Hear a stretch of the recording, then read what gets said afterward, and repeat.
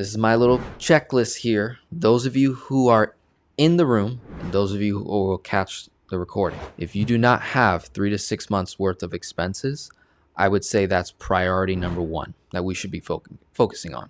Now, if you're doing velocity banking, you can have a bit of a workaround to get to that a little bit faster. And that's basically, for example, those of you who have a first position home equity line of credit, or if you have a second position home equity line of credit, or even a personal line of credit, depending on how large it is. Like I always say in my videos, I don't like to over leverage my debt tool, and I always like to keep space in there. And I'll say my rule of leverage is 2/3 of the line is max I'll go. So if I have a $100,000 HELOC, I'm never really going to borrow more than $66,000 at any given time. And I've got that cushion there in case something goes down. If you're not doing velocity banking at this point in time, I would say priority number one is building up 3 to 6 months worth of expenses that you can have either in cash off to the side that's outside of our velocity banking strategy. And that's a preference. You don't have to do that. I'm just saying I think it's worth considering, right? So everything that I'm presenting to you is my considerations, my opinions, right?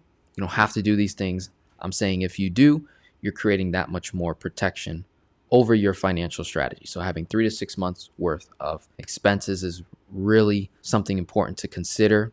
And if you are doing velocity banking at this point in time, keep in mind of how much of a gap that you're allowing space in your line of credit. Let's make sure we're not maxing out things. Let's make sure that we're being very, very diligent. Then the second thing is apply for a 0% credit card just to have on hand. In my personal finances, I usually have at least one personal credit card and one business credit card that is just never being used, and it's just off to the side, and it's there in case I absolutely need it.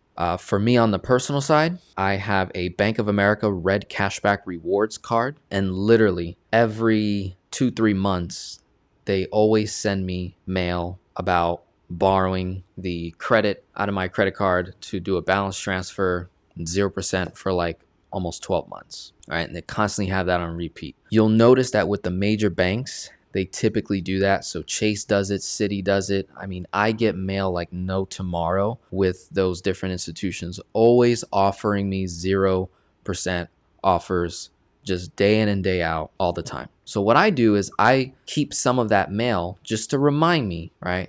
Where it's like if stuff gets real bad, like if I was to right now, if I was to lose all my income in one shot, my YouTube channel gets shut down, I get canceled, I lose all my clients overnight for whatever reason, my Kajabi gets shut down, my Stripe and PayPal accounts all get canceled, shut down, frozen, take all my money, right? What they can't take away is my credit, unless I get hacked, right? My credit's still there. So I personally have about 1 to 2 years worth of expenses saved. Now, if I was to burn through that during that process of me being canceled, losing all my income, et cetera, even though I have a year's worth of expenses, 1 to 2 years worth of expenses saved in my cash value life insurance policies, I will immediately go and apply for 1 or 2 0% credit cards just to have them, right?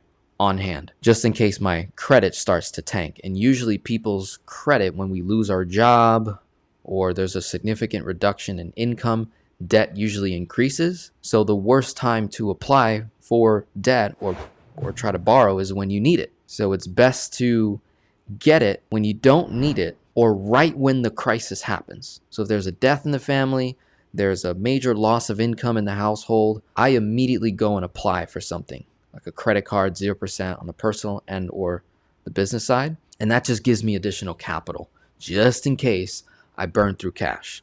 All right. So next thing is obviously, again, this is people that are not doing velocity banking in the room right now, and you're in that pregame work stage. I would be working towards getting a personal line of credit or a HELOC in place, right? Getting that debt tool. That's going to be a really good filler gap. We can call it like a filler gap between what I have in cash and whatever I lack terms of expenses. So let's say, for example, I'm running a negative cash flow of $1,000, but I have this HELOC for 50 grand, and whatever income I am bringing in, I could do velocity banking to basically buy time. So there would not be any debt being paid down, which is my fourth point.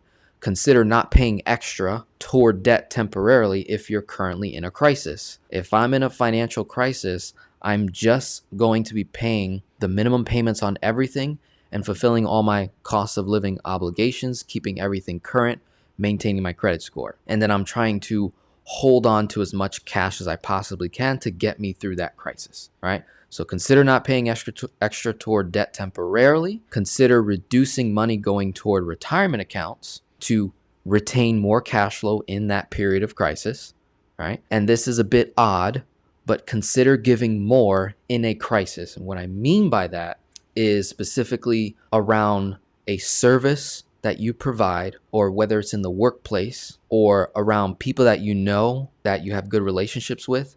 Figure out how you can serve people even in the midst of a crisis that you may be going through. Say it's death, say it's a loss of income, say it's a business going under, whatever it may be. If you keep the spirit of giving, even in the midst of crisis, you'd be surprised what it'll do for your mindset, where it'll have you stay in abundant thinking. So when I lost my job in 2018, I immediately went into crisis mode, right? Got fired, went into crisis mode, and I was worried, fear, all this stuff. But my strategy was give, create content, provide value to people, need the help that I am willing to offer. And I was doing it for free. And this is literally how I built my business to six figures in 1 year. Where in my first year of business, I did nearly 300,000 in revenue. And literally over 50% of that came from people just giving me money because I was willing to give more than what they were willing to give. And it's a kingdom protocol. It's a principle. It works, right? The more you give, the more you will receive, right?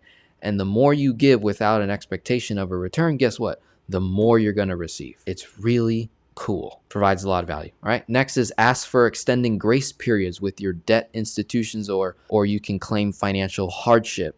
I have a client right now and a few others that are currently going through a situation where we're in a negative cash flow position, couple $1,000, and they're calling the different credit card companies. But one of the biggest debts that they have is their mortgage payment. So they reached out to their mortgage provider, and they have a thing where for about 3 months, they can pay just $50 a month. So it would reduce their cost of living by I think it was almost $1,700 or something like that. The mortgage payment's over $2,000. But when you look at just principal and interest, it's like 1,600-ish or 1,700-ish. So the escrow stuff, that doesn't change. You still have to keep paying that. But the principal and interest payment gets temporarily reduced for 90 days. So in our current strategy, what we're doing is we're doing everything we possibly can to not enroll in that right away. But that's going to be like our plan B. Our plan A is acquiring a debt tool, a HELOC, and then moving some debts around into that HELOC, reducing our expenses, reducing our costs of living, temporarily cutting off some things, and then figuring out how we can bring in more income. Now, they have cash on hand. If we burn through it in this gap that we have, which is about a 3-month-ish gap, if we burn through it, then we kick in the financial hardship with the mortgage to simply buy more time. And that would buy them another 2-3 months before they would have to pay it all back. So again, when you're in crisis, there's not enough content out there in the marketplace that really educates people in this time. So what happens is guilt, shame kicks in, and then you're watching all this content and all these content creators talking about how debt is so bad and you should avoid it like the plague and this and that and the other thing. But the reality is, when I enter into a financial crisis and I don't have cash, what is my option? I am forced to borrow. I have to borrow. So my whole position is, why not become an effective borrower that understands how debt works, knowing the difference between amortization loans and simple interest lines of credits and how that can buy you time, paying as little interest as possible during that period of time. Why not just have the knowledge of knowing how to borrow effectively and efficiently? And I don't know.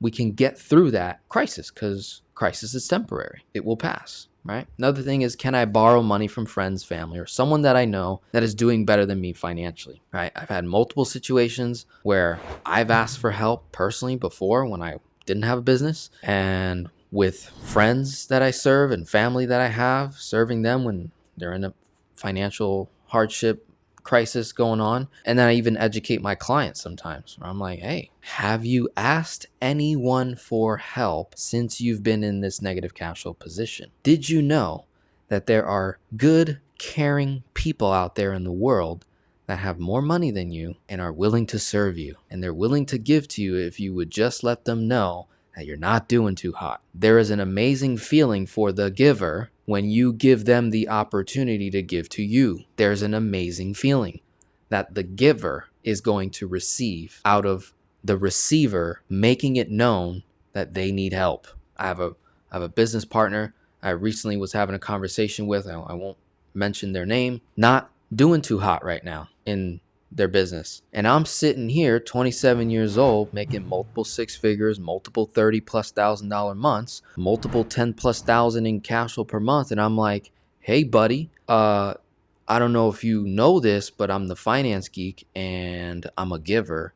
And so if you would give me the opportunity to help you, I'm all in. But you gotta ask, or else I'm not gonna know. Can't read your mind. Keep that in mind. That's huge. To not have to borrow from banks where they charge you ridiculous interest rates on debts, or going to Amscot or payday loans, or you're like doing that thing with your paycheck or something where you loan money, you get money early from your paycheck and you pay this high interest loan, dealing with loan sharks. Why not just look in your iPhone or Android, look through your contacts and think to yourself, who do I know that's doing well financially, and how can I serve them in my own crisis? I'm going through a crisis.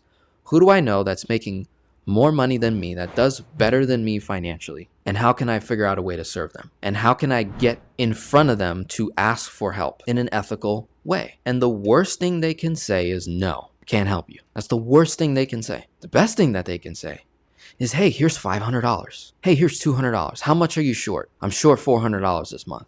I need to pay my rent. I'm short $400. Here's $400. No strings attached. Just want to help you out. Thank you. Can't tell you how many times that has happened where I'm the person that did the giving. And then there's times where I received from a giver and I didn't have to go to a bank and borrow money at a ridiculous interest rate. So small, quick little checklist there for dealing with a crisis or preparing for one, right? On a macro level, I do believe that there is a macro crisis coming that will affect everyone, whether it's your job security, your real estate values, right?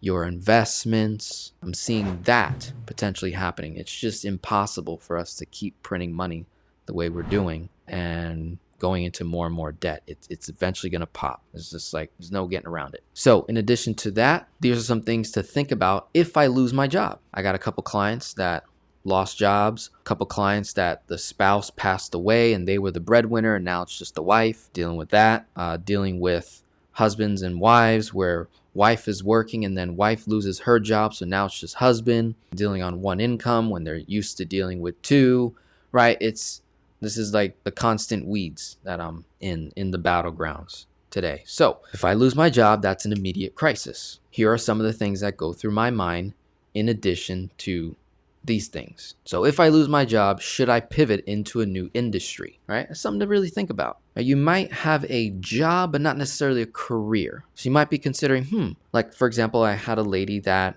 I think she was working in marketing and then is transitioning into IT, right?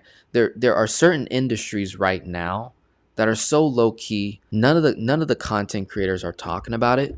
But we're talking about like a for sure way to six figures. There's so many YouTubers like myself, right? I'm putting myself on the spot, right? There's so many YouTubers and content creators like myself that talk about all the sexy ways to make money online, right? There's so many sexy ways to make money online. Yes, no doubt. Sure, could probably happen. Not doubting it. But there are industries right now where it's like, I don't even have to guess. I just need to pick up the skill and like boom, I could be making 80K a year, 100K a year, like within a very realistically short period of time. And if I'm working in an industry where I'm only making 40, 50, 60K a year, and there is a clear path to generating 80, 90, 100,000 a year, like these are some of the industries. I'm just going to write them real quick. So you have the IT industry, and this is relatively low experience, little to no experience, low cost, and the learning curve is much shorter. So you got IT, you got something called a fire alarm tech, plumber. You know how much plumbers are making right now in America? Oh my God, I didn't know anything about this. I saw this one content creator, he made a joke.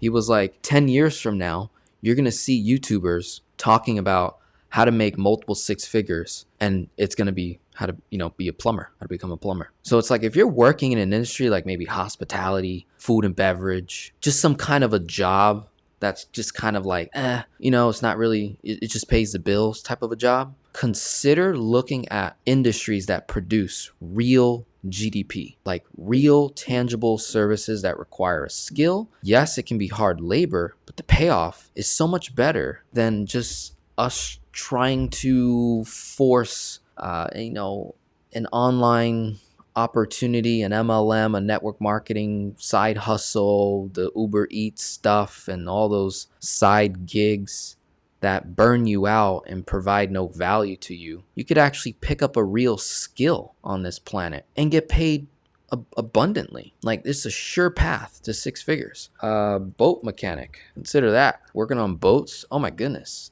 There's some real money in there. You get that, IT. The IT industry is booming. Cyber security, booming right now. Oh, what? Learning about cybersecurity, working the phones maybe, customer service. Get this, for those of you that maybe don't want to become a guru, or maybe you don't want to, create an online social media presence.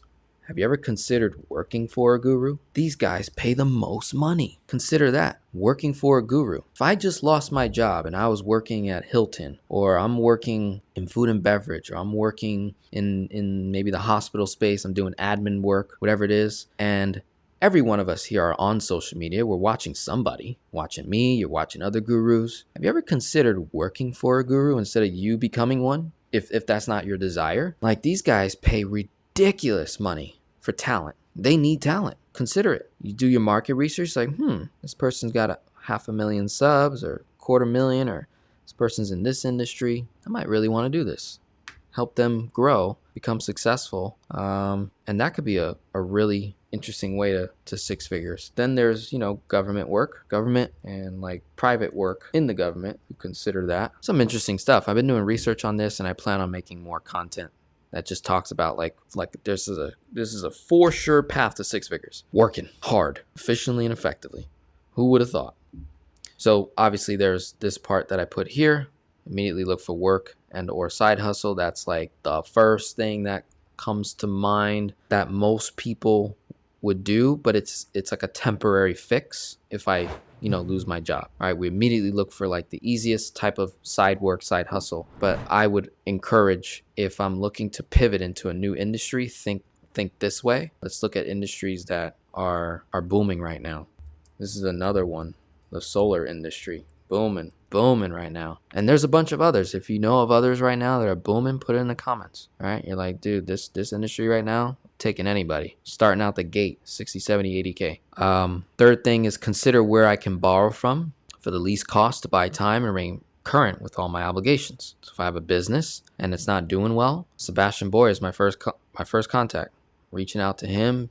He understands business credit. He understands SBA loans and grants. There's access to money out there on more on the business side than on the personal. So that's where my mind was going when I wrote that. And then who can I lean on for help financially? And that just goes back to, who can I borrow from? Who can I serve? Right? Who can I lean on for help financially, and how can I serve them? Now, this is the big one right here. This is the big one. All right. Please, when you're in a crisis, you're at your most vulnerable. So you will be approached by people like me, gurus, social media influencers. You're going to see that marketing ad, and it's going to be beautiful, and it's going to show you how to dramatically change your life and restore your marriage and all this stuff. And for just $10,000, for just $50,000, for just $25,000, you will transform yourself with coaching. And it's like, I totally get it. I believe in all that stuff. I believe in mindset transformation. I believe in all of it. But when I'm going through a crisis, I'm working a job or a career and I'm paycheck to paycheck, I'm going to be at my most vulnerable if I lose that job and I'm now in a financial crisis. So now is not the time to make fast investments or even partnerships. I want to talk about how we can avoid scams, avoid any investment or income opportunity with someone that, like run it by someone before you do it, that you can trust, that will give you honest feedback. And then hint, you could ask me. It hurts my heart when I have clients that I've been working with for years and they make a $25,000 investment, $10,000 investment, and they didn't run it by their financial accountability partner. Hurts my heart. I'm like, hey, I'm not going to judge you. I'm not going to talk you out of the investment. I'm not going to talk you into the investment. I just want to run the numbers. That's all I want to do. I just want to run the numbers and see. You make 50 grand a year. If you make this 25,000 investment, that's 50% of your income. That's more than 50% of your income. Okay, so you're going to finance it at $500 a month for the next 36 months. So 500 times 36, 18,000. No, let me do higher. So say it's a $25,000 program. Let me divide that by, say, like payments of $750. So they'll throw you on a 3-year, 4-year financing plan, and you're just like helping that guru get so rich. Meanwhile, you're over here struggling, trying to, make that pivot into that industry that you're trying to get into. You're at your most vulnerable. So let's really process this. Let's process potential scams, potential investment opportunities, people you could be working with, and even partnerships. On the partnership side, this is important. And this is something I'm becoming more and more aware of. Thank God I have not had this issue yet personally, where I do business with someone, bring them on my YouTube channel, promote them to my whole audience, and then they end up being a scammer, right? Thank God I haven't had that issue yet, but there's someone that I know in my sphere, right? I won't mention their name, but they're going through something similar to that, where they made an investment with a company or whatever, and they were serving people. People made complaints about that particular service since they were tied to that service because they created content. The customers put a complaint, and then higher up institutions submitted requests of these companies to provide, evidence and paperwork. And now they got a what's it called? They got a microscope looking right onto their business, and they have to go through all this stress, all because of marketing, right? It wasn't necessarily them doing the actual service, it's someone else. And that someone else wasn't maybe doing things ethically. Happens all the time. So there's a couple of things, and I think I've mentioned this before, maybe in another video, but there are some YouTube channels I pay attention to that I think you should too. And you literally could just go to their channel, go to videos, and just look through the thumbnails. And in the thumbnails, you'll see all the different scams that these YouTubers are exposing. And think of it as like a content creator that's like a financial investigator. Or think of the show American Greed, right? It's on TV. Well, there's an American Greed version for fake gurus and content creators like myself that are educating people, and they end up being scammers and they don't find out till 10 years from now, which is why I'm always constantly informing my audience and my clients saying, hey, I need help. Pray for me, right? That's one way. You pray for me that I remain just and ethical and don't become a scammer and don't steal people and don't do harm. I'm literally asking for that, even though I know in my heart I would never do it, but I'm still going to ask for that protection and that spiritual covering, because I've seen it happen to the best of the best, like the best of the best.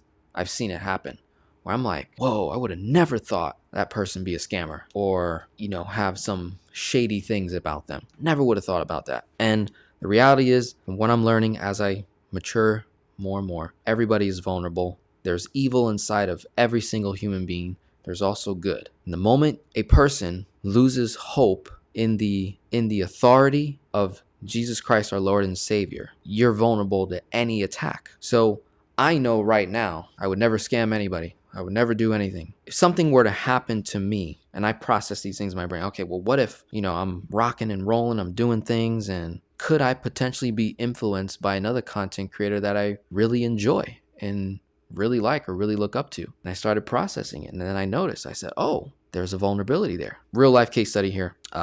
Grant Cardone is someone, I just really like the guy. Really do. If you dig deep, there's a lot of shady things.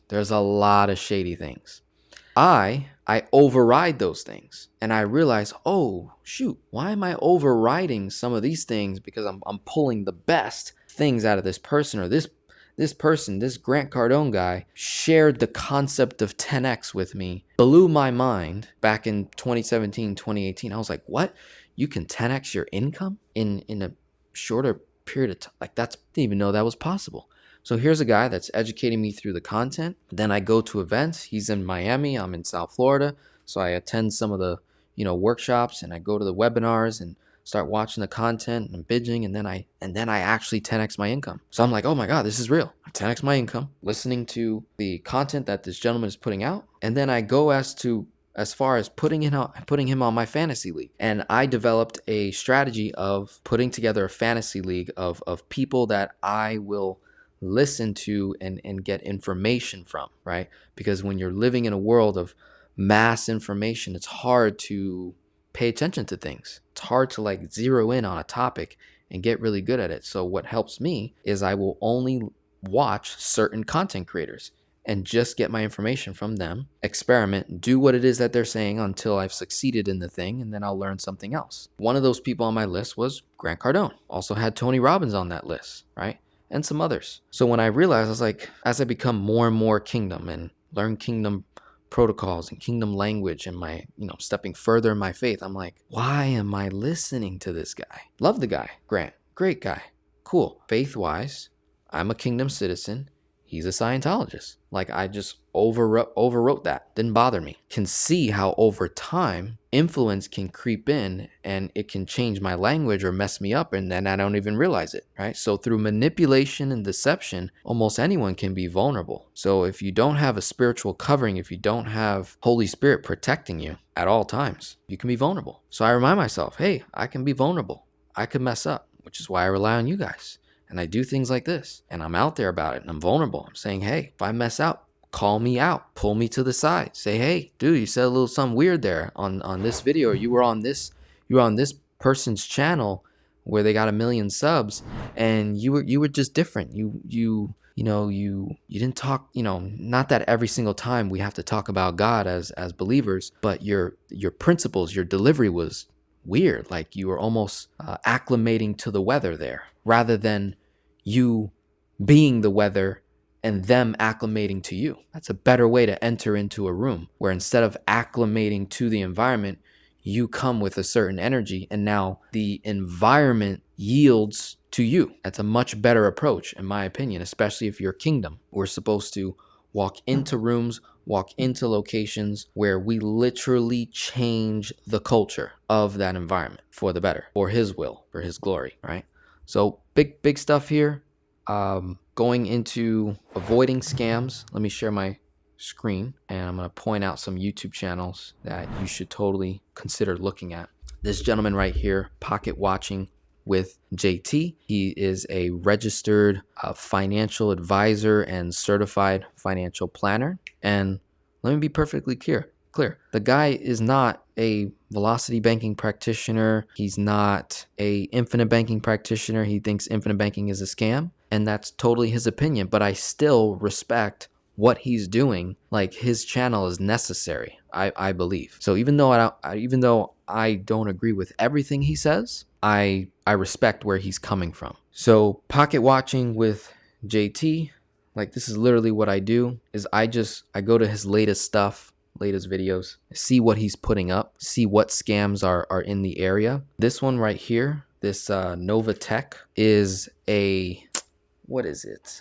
It's like a type of an investment. One of my clients was investing in Novatech, and they were making a bunch of money, and then all of a sudden, out of nowhere, they stopped making money, and then all of a sudden they're losing money, and then all of a sudden now we hear news coming out. So Pocket Watching with JT, what he does is he focuses on the Black community. Now, I have a pretty big demographic, Black people as clients, right? Jamaicans, Haitians, Africans, Bahamians. I have a pretty decent size audience when it comes to the Black community. So those of you that want to look within specific cultural groups, especially within the Black community, Pocket Watching with JT is the guy to look at. So he specifically looks only at scams within the Black community, and he calls out so many gurus where even I was like, dang, I didn't know he was scamming people. Whoa, threw me off, right? So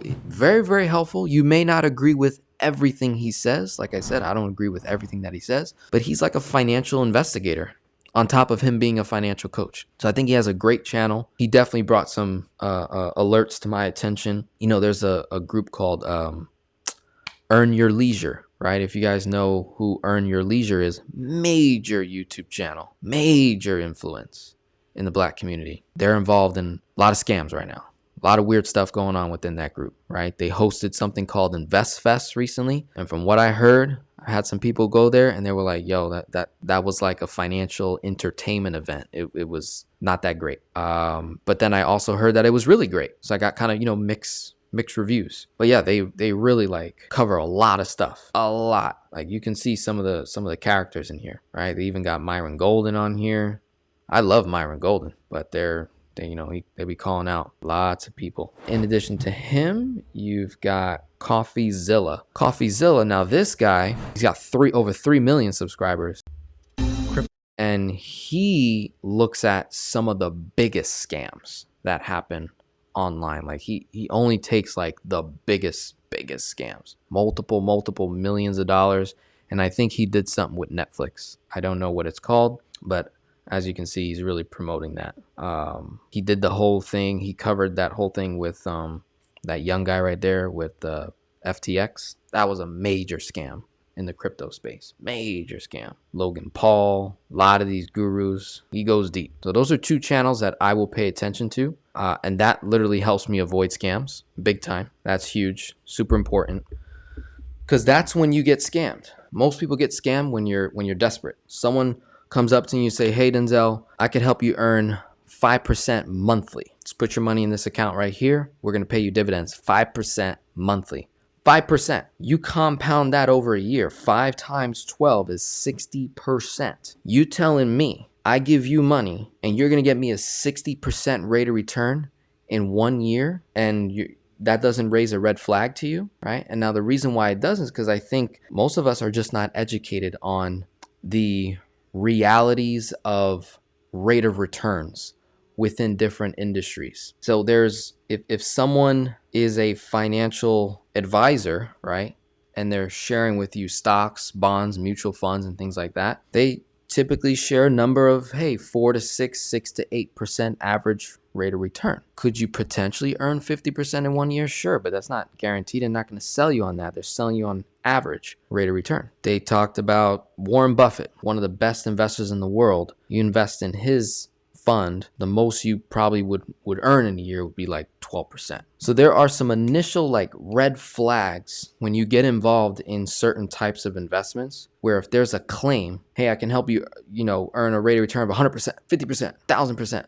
500% returns. Is it possible? Yes, I'm totally sure it is. What is the likelihood of that happening? How easy or simple or efficient is that? Because if that were true, I think everybody would stop funding their 401ks and put it into this and earn that 100% rate of return, right? Like if that was so true, I think everybody would dump their 401ks and start investing in this Novatech thing. So what I've typically seen, and this is just proof with Pocket Watching and working with Spanish community and Black community, that is primarily like my biggest audience, right? I got a good amount of Spanish clients. I got a good amount of Black clients, right?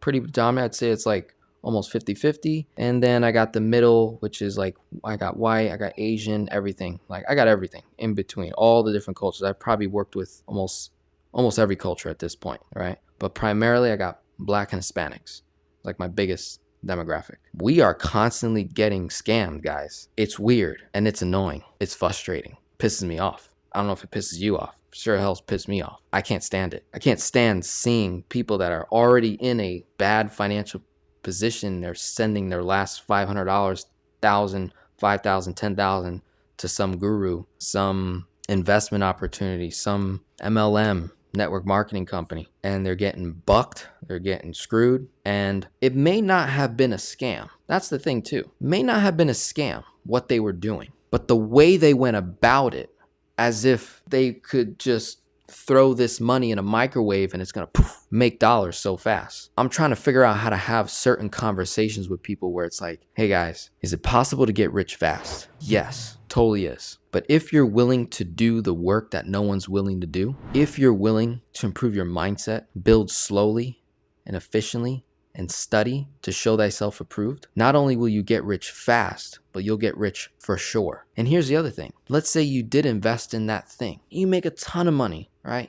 Make all this money. What's the likelihood of you being a good steward over that windfall of cash? If you've never been around that kind of money before, what's the likelihood of you actually being a very good steward over that money? How many situations have we seen of NBA players, NFL players, baseball players, you name it, professional athletes and people that win the lottery? They make a ton of money and they go bankrupt when they retire from that professional sport. Average over 50+% go bankrupt within the first 5 years. The average lottery winner goes bankrupt within a few years. Gets $100 million, $50 million in one shot. Changes your life for the good or for the bad. What's the likelihood you will actually be a good steward of that money? So if you're willing to do the work that no one's willing to do, if you're willing to think, which is the hardest work that most people never do, is think and run the numbers, calculate the costs.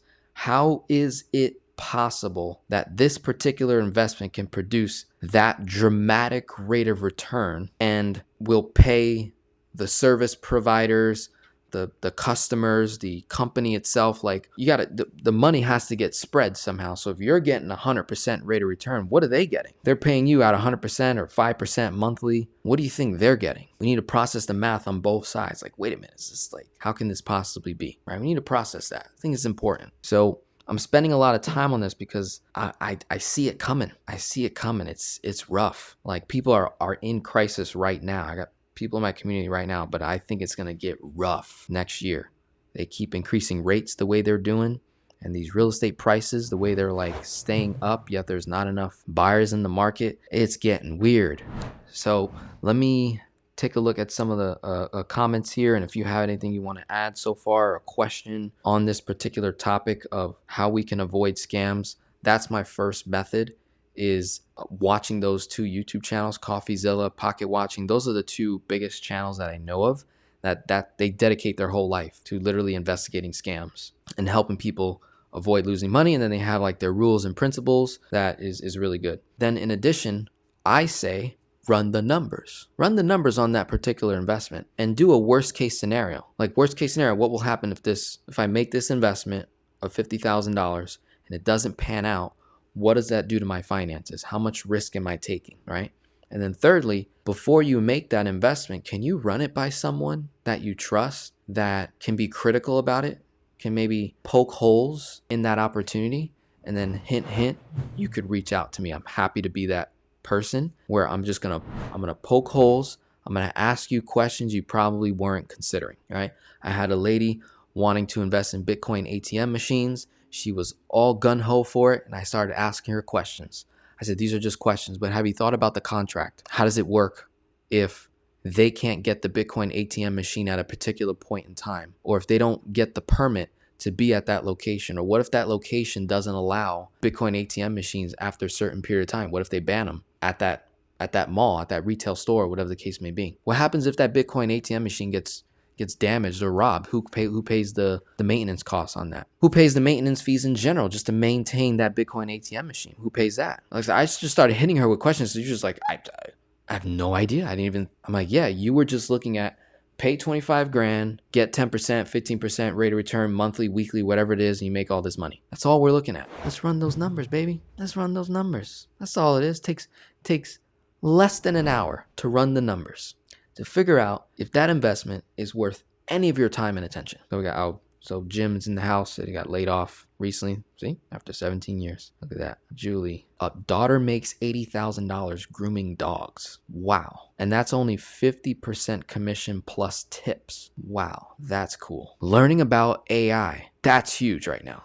There are so many content creators right now that will pay top dollar for someone that knows ChatGPT and all these other AI apps that can help their content production go out that much faster. They're willing to pay IT people top dollar to make sure that they're ranking with their thumbnails, titles, descriptions, tags, and they're posting at the right time. You know, the analytics, top dollar, right? So learning about AI is definitely huge.